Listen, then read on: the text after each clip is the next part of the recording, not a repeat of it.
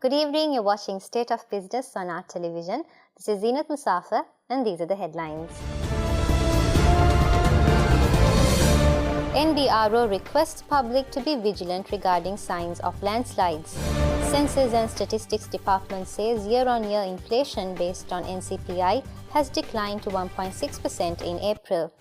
News in details. Senior geologist of the National Building Research Organization, Dr. Gamini Jayatissa, commented on the precautionary measures taken by the NBRO to mitigate potential risks that may arise due to prevalent weather conditions in the country.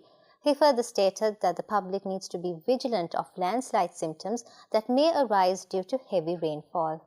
Yesterday a little bit drops of the rain, so now the situation has become little bit stable. However, so we came to know that from the Met Department, they have predicted that the heavy rain will commence today evening and also tomorrow. So that now we are monitoring the situation using our automated rain gauges around the country.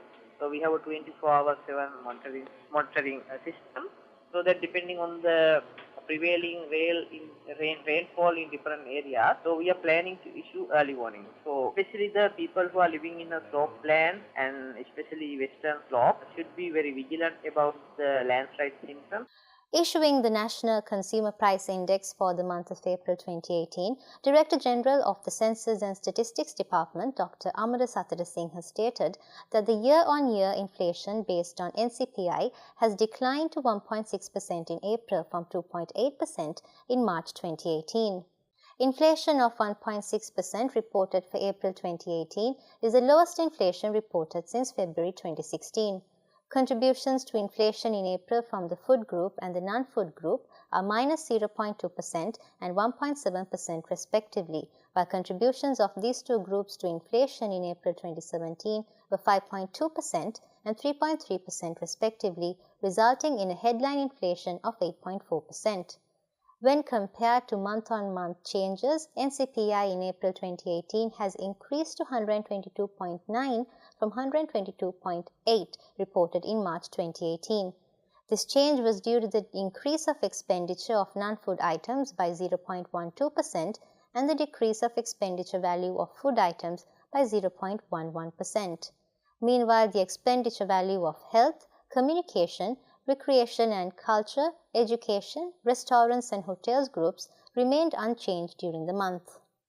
Thailand Ambassador to Sri Lanka, Chulamani Chatsuwan, paid a courtesy visit to the Sri Lankan Ports Authority in Colombo yesterday. The Thai ambassador was welcomed by the acting chairman of the Sri Lanka Ports Authority, P.G. Dasanayake.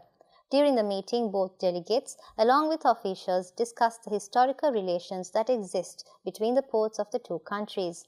Moreover, ways to enhance the trade and maritime relationship between the two countries and the improvements achieved in the recent past was also discussed. Later, delegates took part in an observatory visit of the port. We are going in for a short break. Do stay tuned for more news after these commercials.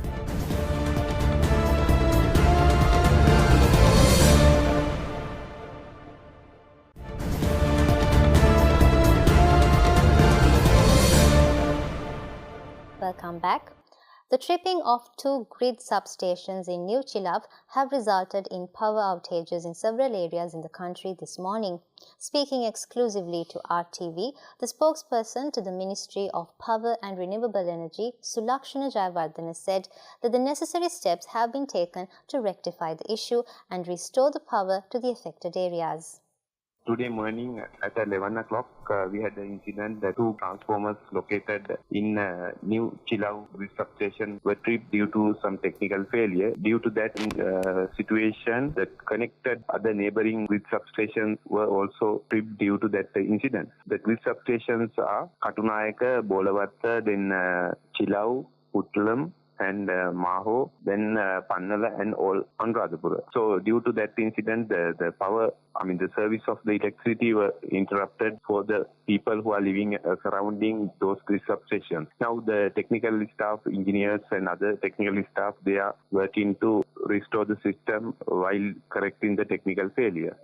Speaking exclusively to our television during the 20th anniversary celebrations of Epic Technology Group, The executive chairman and managing director of the group, Dr. Naina Dehigama, noted that their aim is to convert EPIC into a global brand. Speaking further, he also made the following statements. This is one of the most dynamic industries. Technology is changing every day, but we don't go behind every change that is happening. In the sense, what we essentially do is we pick up the most appropriate technology, the right technology that will help our customers to win competitive advantage in the market. This is what we do. We don't go behind just because another innovation comes or disruption happens. We don't go behind that one, but we analyze and then pick up the right one. But as a company, what we really want to do is, now we are an international company. We basically operate from three other countries also. And now our aim is to convert EPIC to be a global brand. So this is what we want to do. Just like IBM, just like HP, we want EPIC also to be in the global platform. We're going in for a short break. Do stay tuned to see how the stocks perform today after these commercials.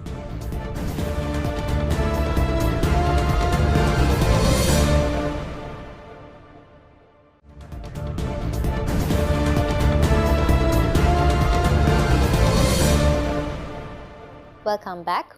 Trading at Colombo Stock Exchange ended on a negative note today. The All Share Price Index dropped 6.77 points to close at 6,465.48, and the S&P SR 20 dropped 2.50 points to close at 3,611.44. The turnover was 249.9 million rupees and 18.1 million shares were traded. Next is Forex rates.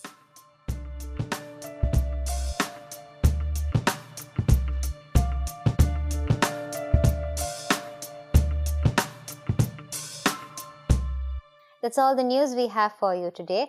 Join us tomorrow with State of Business on our television at the same time. Until then, take care and good night.